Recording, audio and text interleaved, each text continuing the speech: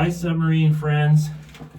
Well, I'm back inside the submarine and I am trying to clean up a bit of a electrical mess. It's not so bad now because I put a stud on the hull here. I welded that on yesterday so that I have a common ground. I have a battery ground coming to this stud as well, so I'm not just relying on the hull. And actually, normally I would never ground to the hull. Grounding to the hull is not a great idea at all. It actually will cause pitting in the hull, but I don't have any choice. And the reason I don't have any choice is my engine is grounded to the hull. And you could say, well, why don't you just rubber mount it and isolate it from the hull? Well, I can't, because the exhaust system is a dry exhaust, and so it has a stainless steel flexible coupler that connects the engine to the exhaust system, which goes through the hull. So I'm really screwed. I have no choice. Now, I have had a submarine in the past that was grounded to the hull, operated in salt water for 30 years. It was built in 1970, Necht and Gamma, and it did have little like wormholes into the hull, which I had to repair when I got the sub. But I mean, that's after 30 years, salt water.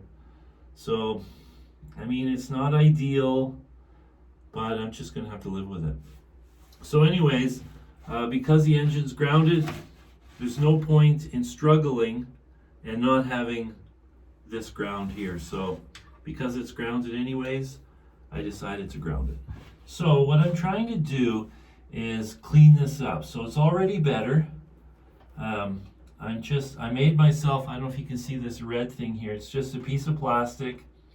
And what I did is I took a block of plastic, I drilled holes through it, then I drilled a bolt hole through, and then I split it in half with my bandsaw, and so now it's a clamp. So it clamps these cables to the hull so that, well, for one, they're isolated from the hull, and they're in plastic, so they're isolated, but it just holds the cables so that I can make it a little neater. So one of the things I'm doing to make it neater is one of these wires was a mile too long, so I'm just shortening that now.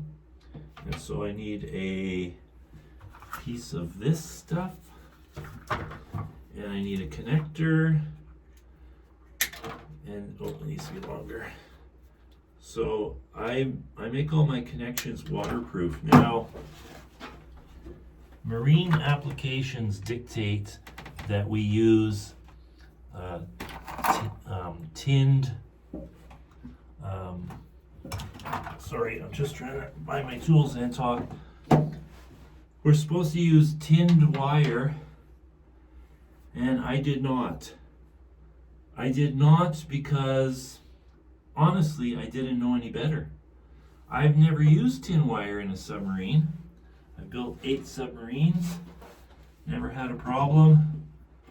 That's not to say that it shouldn't be tinned. I'm just saying that I didn't know any better. So I did a bunch of research because somebody brought it up, and they're questioning why I'm not using tinned wire. Well, again, like I said, I didn't know any better. If I had known that it was the industry standard, I would have bought tinned wire. But I bought trailer cable. So equipment trailers all have this black cable with 7 conductors in it. I can't show you a piece of it right now. But well, this right here, this is the stuff here.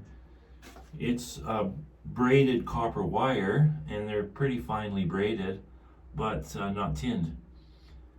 So I do it like this because I like the cable rather than a bunch of loose wires running everywhere. And so my research has shown that it's not a law and it's not a rule. It's just considered best practice. So I'm still legal if that was a thing. And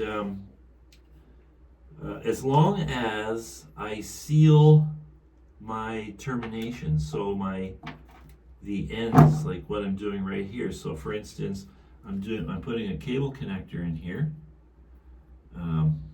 which is a crimp connector, and then I'm sealing it with shrink tube. So as long as your electrical connections are sealed to be waterproof, then it's fine. It's just not best practice. But I mean, I'm this far into it, and like I said, I haven't had any problem. And the problems are actually that you have a bad connection. So you see, these are all shrink tubed. So I could have theoretically a bad connection there, resulting in something not working.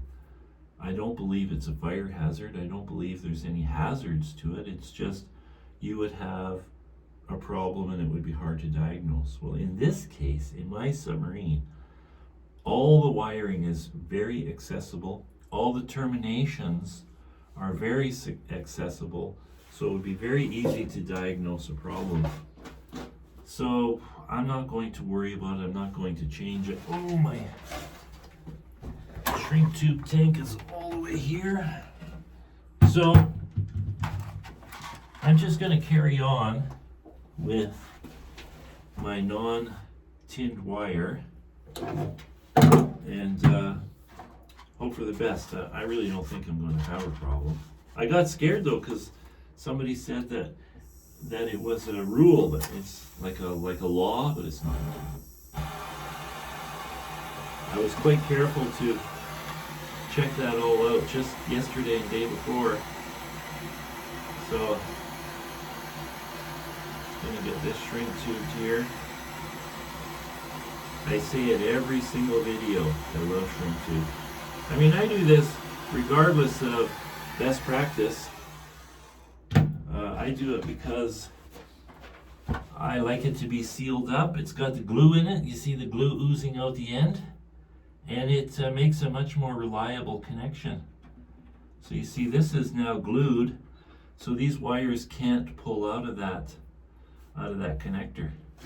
So I'm pretty happy about that. Now, one thing that I'm annoyed about is this guy here just pulled out on me, and I don't know why. And they're not easy to get out for some reason. There we go. So I'm going to have to re-crimp that in right here. I wanted to take the wire out and move it so that I could reroute the wire so it was a little excuse me, so it was a little neater and cleaner. So just gonna push that guy back in there, give it a little crimpy poo. Yes, another technical term. Let's see if that's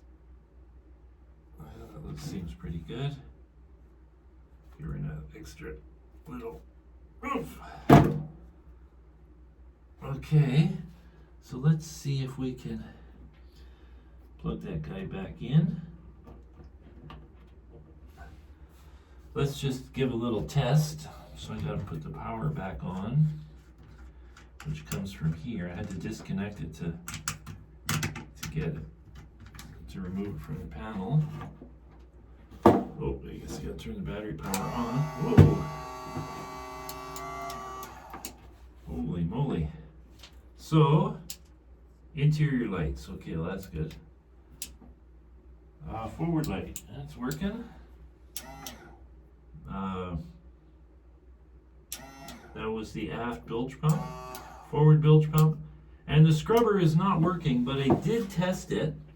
And I think the fan has stopped working, or there's a problem between the plug and the fan. So I did check with my voltmeter, and there is power going to the connector. So it's a problem downstream from the connector. So that's not a problem. It's easy to swap the fan. I'll just buy a new fan. I mean, that fan's from 1980, so I don't mind changing it. So now all I'm doing is I'm making this neater. And so to make it neater, I just put little bits of tape around the wires to bundle it up. It doesn't have to be like that, it's just, I just like it like that. And it's my submarine, so if that's how I like it, that's how I'm going to do it. Right? So I just make like a bundle, a little tape on it. That tape was a little short. And I like doing this. I like to just take my time, make it as nice as I can.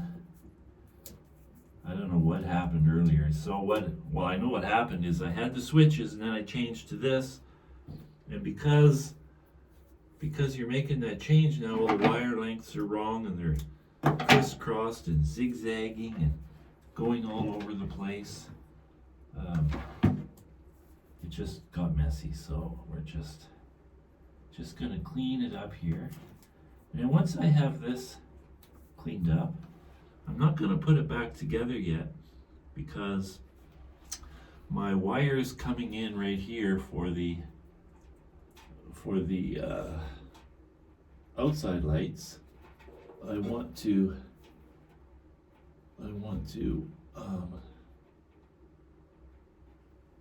get some wires run up there to power that up. So what I'm going to do, I'm not going to put a switch here for the forward lights. I'm going to just put a switch in my control box. I think all the switches are spoken for.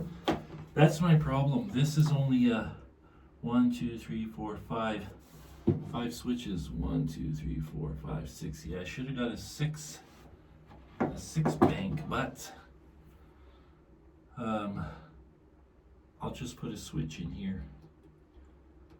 I don't know. Maybe I should think about that. But what I can do in the meantime is I can tie into the wire. So what I've got is I got a cable, wired cable right here that goes from here across and comes back up to this switch box. It's one of these two cables. And so I didn't have enough wires in one cable, so I had to run two, but I only use I think 2 of those wires. And so the other 2 I'm using to bring power back to the scrubber, same cable.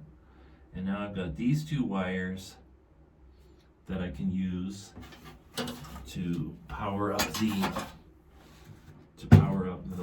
outside lights. So I think what I'm just going to do now, I'm just going to tie into that cable. So I have to move all my junk. It is really... Now imagine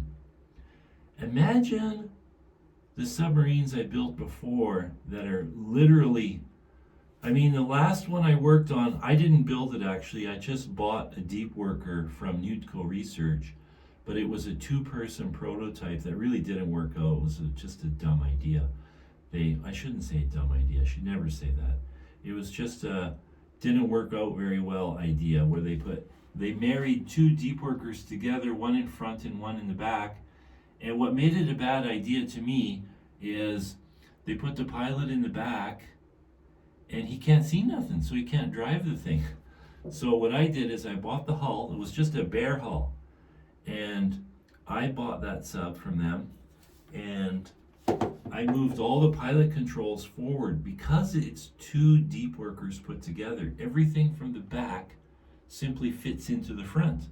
So I just moved any components revolving around piloting to the front, and I made the back the passenger area. Now I'm not really into taking passengers anyways, liability, I'm over it taking passengers. So I moved it to the front, and the front is the best view. You can see perfectly. It's just like operating a single deep worker.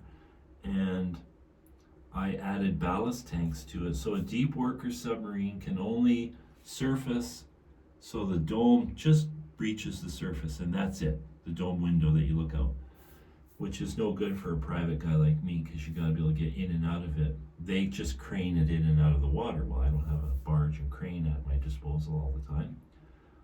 I could build it, but I'd have to move it to each lake. So I put big ballast tanks on the sides. Looks real nice too. And so the surface is all the way out, and I can stand on those ballast tanks to get in and out. And I completely forget why I told you that story. Anyways, I'm going to take this out of here because it's in my way right now. This is actually a deep worker scrubber. Okay, and so I'll move my brackets here. Boy. Oh yeah, that's what I was talking about. I was talking about how small the subs are that I normally work on. Now imagine I've got all this crap in here, and now imagine that's in one of these tiny subs. Oh, it's unbearable. That's one thing I hated about the little tiny deep worker size submarines. I mean, I love the deep workers. I love the tiny subs. I just hate working on them. Maybe it's because as I get older, I get stiffer and less flexible, and I just want to make sure, there we are. I want to make sure that the screws for this panel are safe and don't get lost. What I should do is put them in, I'll put them in this little container here. If they're in a little container, they're much easier to keep track of. And these are the screws for. So, you won't be able to see it, so I'm going to show you now. So this is the new panel that I made that goes here. And then I made a second panel right here that's got a hinge on it. Right like that. And so the whole thing sits here so that this lower panel covers the wires down below. And then, you know, this guy here, this oxygen tank, it goes right down here like this. But I've decided I'm going to reverse that. So I'm going to show you how that's going to work. So it's just got to reverse this plastic piece, flip this one. Okay, so just going to shove that out of the way. So this is going to sit here on the floor, and then this is my oxygen feed that I open and close as needed. So when I need more oxygen, I just open this little valve. And the reason I want to put it there and have it facing that way is the only time I'm going to use the oxygen in the scrubber is when I'm on the bottom of the lake. So when I'm on the bottom of the lake, I'm sitting up here and I'm looking out this window. So that's how I operate the submarine at the bottom. I don't sit in the pilot seat because you can't see anything from up there. For one, the deck is too long, no windows pointing to the back, and looking out the side in poor water visibility is just a waste of time. You're just looking in the water column. So sitting here, looking out that window, that's the place to be. That's the $1 million view. And so, you know, I'll put my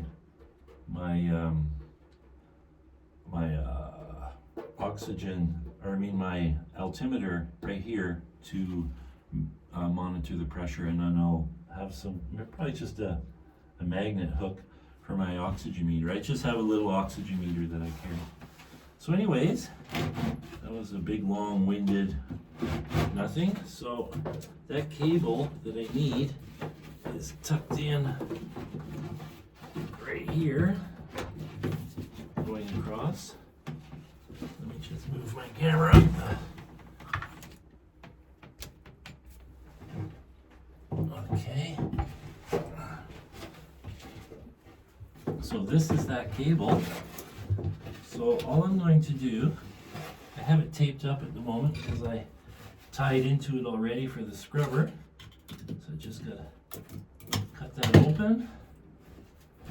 I'll just redo all this taping, that's no big deal. Remove this, remove this. So all I did is I split the jacket on the cable open so that I can expose the wires. So I just have to redo that. I just have it all taped up. So there's all the wires. Okay, so the ones that I need are the green and the yellow. So the green and the yellow will do nothing at this end. Just going to shove them down into this hole here so they're clean and tidy and out of the way. I'm not going to cut them off though, because I may want, for some reason, I may want to bring power from over there to over here, and I still have the green and yellow wire to work with. Because I'm only taking the green and yellow wire from here to here. So I just cut it off here, snip, snip. Snip, snip. So I just go like so. I just strip those two.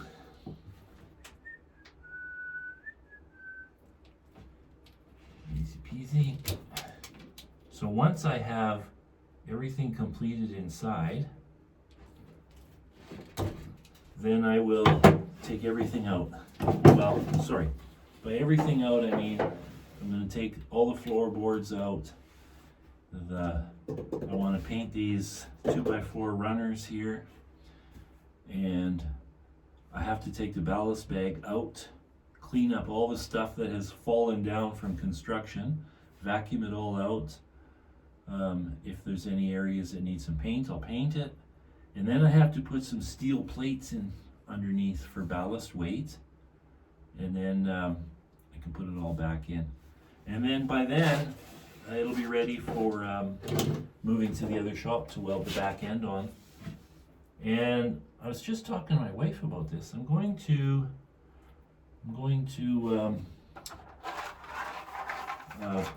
have another, I'm going to make a test pool again. So the first time I tested this submarine was in a pool that I dug out in my yard. I have enough property here that I can dig my own test pool. And all I did is dig a trench in the ground with my old at-home excavator. I have an excavator that just stays home because it's old and tired. And so I just dig a trench, and then I line it with 6mm poly, and I simply fill it with water. And doesn't even take that long. I think it takes like 12 hours to fill with water. And then I just take my crane, which just barely can lift this thing all done. It can lift it, but it can't reach out with it. So, and then I just put it in the pool, and I do all my testing. So it's really worth doing all that. So when you get to the lake, you got nothing to screw around with or nothing to worry about. I mean, the damage is done to my yard. I filled it all back in, but I haven't re-landscaped it and seeded it and done anything with it. I just backfilled it, so it's just a big dirt patch which needs to be fixed. So I may as well. But I think this time, to lift it in the water, I'm going to use my stay-at-home excavator, and I'm going to bring either my son or a fellow who used to work for me, and I'll lift 3/4 of this with the crane, and then the excavator will lift 1/4 of it, and then the two of us can set it in together. That'll work just fine.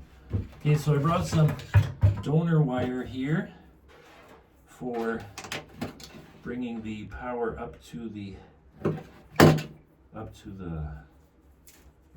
wires. The wires are right here.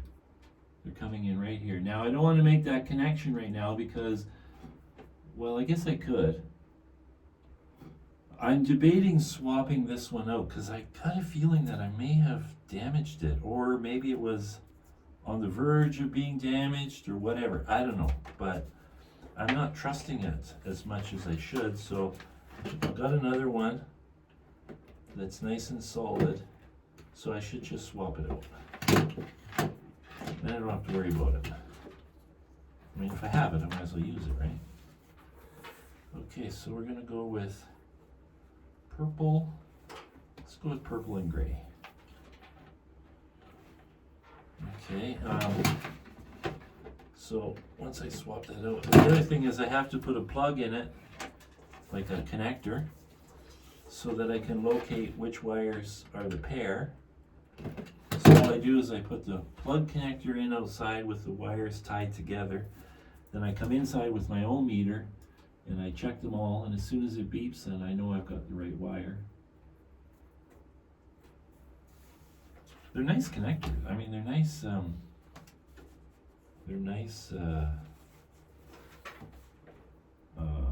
Through-hull penetrators, that's for sure. And I didn't have to make them, which is nice. So this is not. It doesn't need to be very powerful, like carry a lot of current. So these wires are not super heavy duty, because I'm probably only going to send out like 2 amps maximum, because these LED lights take nothing. I've been researching the LED light situation on top 2, and there's a little bit of confusion, honestly, about the aft clear light that's on a mast. So depending on the size of boat, etc., determines what kind of a light you need. So I ordered one that I'm going to put into my fixture. Like it was actually cheaper to buy a whole mast light than the parts and pieces I needed to put a light in my light. So that's what I did. I ordered that, but I'm going to actually contact Transport Canada on Monday, and they called me a while ago because somebody told them about my. That's funny. Somebody, I don't know if they complained or what, but they went to Transport Canada and said that I'm claiming I'm building a certified submarine. Well, I'm not. I'm building a submarine that is registered. I got it registered. That's all. So they were worried about what my intentions were, I guess. So I explained that it was just confusion over the internet. So anyways, I'm going to call them and just make sure that I'll put the light where they want it, because I don't care where it goes. If I have to, I'll put a tail wing or fin or whatever you want to call it on the back of the sub that sticks up a bit, because I don't just want a pole in the back standing up, because that's really vulnerable to, well, for one, to vandalism, and it's vulnerable to getting knocked off and broken and hit and bent and busted. And because I can tell you, owning a submarine and transporting it around and driving down bush roads, they get banged around a bit.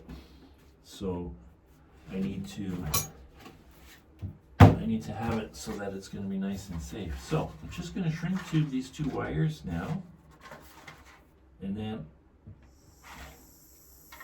I strategically put this where I did so that these wires, well, they have to be under the deck above the water line, and just trying to do 2 things at once here, bear with me. So I put it there,